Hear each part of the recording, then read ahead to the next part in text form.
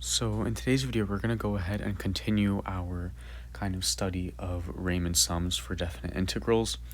And today we're going to actually look at what is referred to as kind of unequal sums or non-uniform Riemann sums.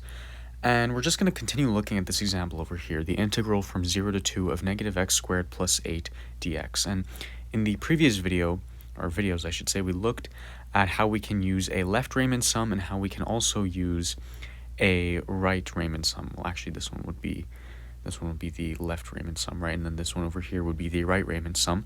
And we got two different answers over here. And we kind of were able to determine that the right Riemann sum was an under approximation and the left Riemann sum was an overestimate. And so then we could kind of just determine that the actual value of this integral would lie somewhere in between there, would lie somewhere between the value of the right Riemann sum and the left Riemann sum. And so now what we're going to do is we're going to go ahead and use a mixed Riemann sum, or a non-uniform Riemann sum. Some of it's going to be left, some of it's going to be right, and also they don't necessarily have to be of equal size, the subdivisions. So let's go ahead and try to do that. So let's say we wanted to determine the area using unequal subdivisions, and we want to use kind of a combination of left and right Riemann sums. And this is totally fine. We're just finding the area under the curve using our geometric method. So let's go ahead and do that. So let's say that we want to make one rectangle right over here, right? We wanted to have the value of the function on the left-hand side of this subdivision to be the height of this Riemann sum. And we wanted to kind of have a base length of 1. So just right over here would look something like this. And then this would be our first Riemann sum. Let me make it a full rectangle. So it has a base length of 1, and it has a height of the function evaluated at x equals to 0. And then let's say we want to use another Riemann sum, another right-hand Riemann sum, or a left Riemann sum. This one would be a left Riemann sum, my apologies.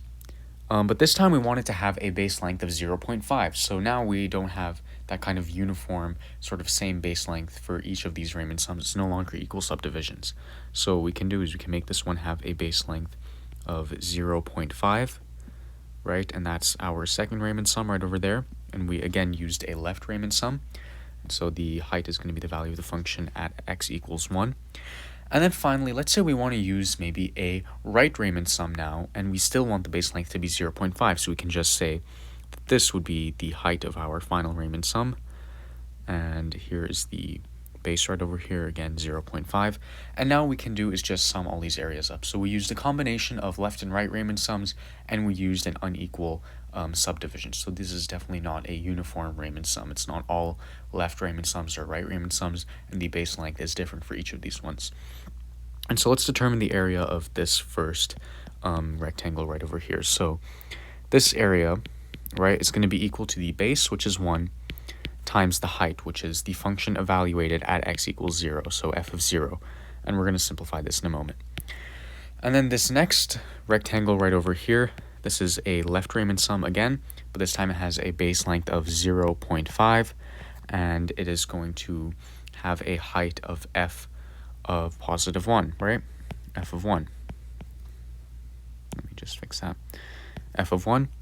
And then the last one over here, this Riemann sum, this one is actually going to be a left Riemann sum now, and it has a base length of 0.5 and a height of f of 2 this time, because again we used a left Riemann sum, or rather a right Riemann sum, my apologies. So now we can go ahead and simplify all of this. So f of 0 is going to just be positive 8. And then f of 1, if we were to input that into our function, we would get, this would be, what, 7, right? And then f of 2, that's going to be positive 4. And now what we can do is we can just go ahead and multiply these by each of their individual or respective base lengths. And so then we will get 1 times 8, which is just 8, plus 0.5 times 7, which is just 3.5, and then 0.5 times 4, which is just 2. And so it's going to be equal to 13.5. And so that would be kind of our approximate definite integral. We can say approximately 13.5 using our mixed Riemann sum. Now let's actually go ahead and compare this to the results we received over here. So we said previously that the Riemann sum kind of evaluated to, or is going to be somewhere, the integral is going to be somewhere in between 12.25 and 14.25. And so here we got 13.5, and 13.5 is in fact in this interval. We do know that 12.25 is in fact less than 13.5, which is less than 14.25. So that definitely does check out. And actually, if you go ahead and evaluate this integral using a calculator or using some methods we're going to learn later on, then you would actually come to find that this integral, in fact, evaluates to 13.3 bar. So we got a very, very close approximation using this mixed Riemann sum. And the reason behind that is that if you kind of look at it over here, here we have a little bit of an over approximation on our first Riemann sum for this kind of portion right over here that I'm highlighting in blue. This portion over here had a kind of over approximation, and then for our next Riemann sum, this one right over here also had some over approximated area, right? So this area right over here that we shouldn't have accounted for, but we did anyways. And then finally, when we move to our last Riemann sum down here, we have a whole portion right over here, right, that isn't accounted for. So we have an over approximation, so this one is an overestimate. This one is also an overestimate, and then here we have an underestimate. And so what happens is that we kind of have the underestimate, if you want to think of like the underestimate, making up for that area that we accounted for in our overestimate, and so it kind of balances out, and we get an even better approximation. So that's kind of the motivation behind why you may want to use these non-uniform Riemann sums, because you may get an even better approximation than otherwise.